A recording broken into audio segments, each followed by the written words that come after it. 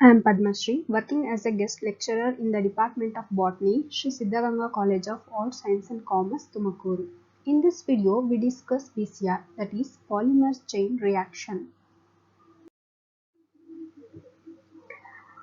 This technique was given by Carey B. Mullers. He was awarded the Nobel Prize in the chemistry for his work on PCR. This polymerase chain reaction is basically used for gene or DNA amplification. Here, amplification means the number is to be increased. Suppose we find DNA at some place in any crime, maybe from the blood smear, and we know DNA can be isolated only from the WBCs. RBCs don't have nucleus, and as compared to the RBCs, the number of WBCs is very less. So whatever few WBCs we get, that is the only DNA or proof that we have from the crime. If we start using this much of DNA, something went wrong, then complete proof or whatever the clue that we have, that is lost. So we want the DNA to be amplified, that means the number to be increased. This PCR is completed in 3 steps. That the first step is denaturation, and the second step is annealing, and the third, that is the last step, is in denaturation. The separation of two strands of DNA. The DNA we get is the double-stranded DNA structure. They are anti-parallel. We need to separate them so that on each of these strands new DNA can be synthesized. So in denaturation, we can use the dilute hydrochloric acid, or we can use high temperature. The process which is used for denaturation commonly is treating the DNA in high temperature. The temperature is about 90 to 94 degrees Celsius, and the DNA has to be kept at this temperature for very short period of time, because we want only the hydrogen bonds to be broken. If this temperature given for a longer period of time, the phosphodiester bond will be damaged.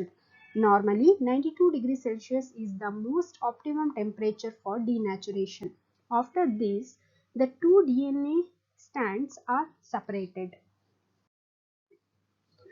The second step is known as annealing.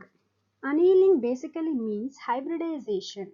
We want all these two separate DNA strands.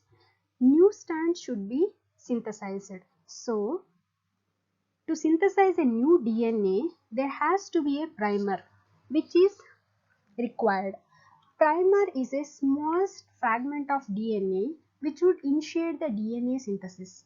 Nucleotides. Now, it is very interesting which end of the parent strand should the RNA primer found. If RNA primer is found in upper strand, a small segment of DNA nucleotides, then DNA or RNA, whichever the nucleotide is synthesized, always grows towards its third prime. So 5 prime towards the third prime. A new nucleotide can come and bind.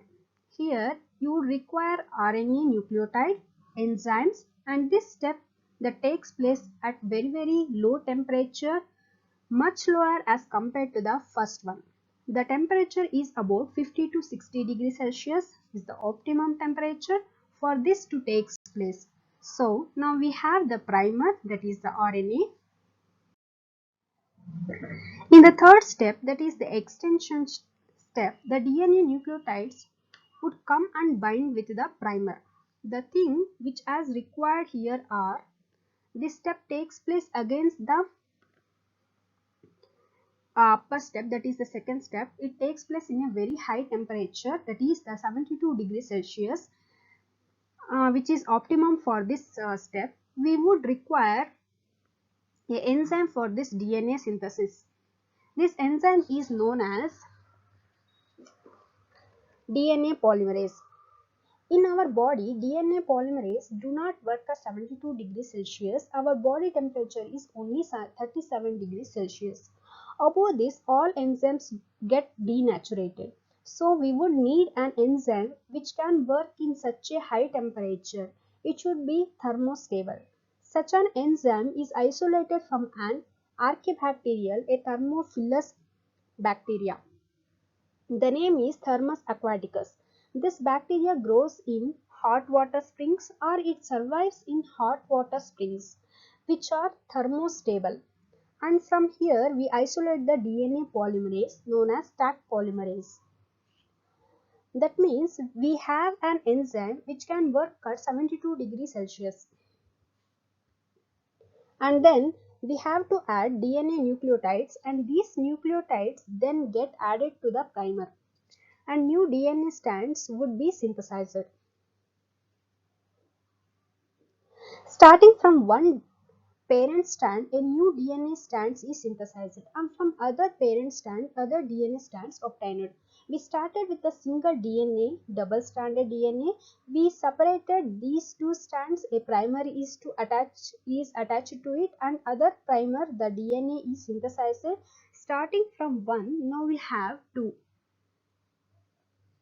If we set these two DNA again for the denaturation, both get separated. In the rest step, primer would be formed. Then in extension, all four separated strands would work as a parent strand. So every time if we repeat this process, the number of DNA gets doubled. The three steps, in the three steps, the first step is denaturation, where we separate the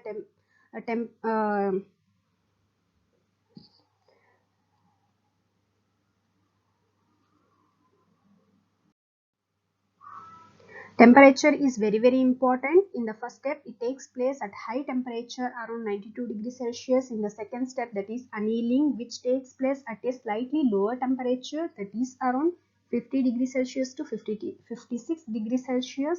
Extension is the third step. Two important things to be remembered here. This is the requirement of enzyme which is capable of working at a very high temperature. We isolated from them in the Thermus aquaticus, and it works at 72 degrees Celsius. This is the optimum temperature for it. Starting with the one DNA, if we do these three steps, two DNA strands, we can get 4 and so on. We can do this repetition or the performance of this three steps, the PCR, we can reach a million DNAs. So from few DNA strands, we can get whatever the number of DNA that we need for the experiment. So this is the polymer chain reaction which is used for the DNA amplification. Thank you.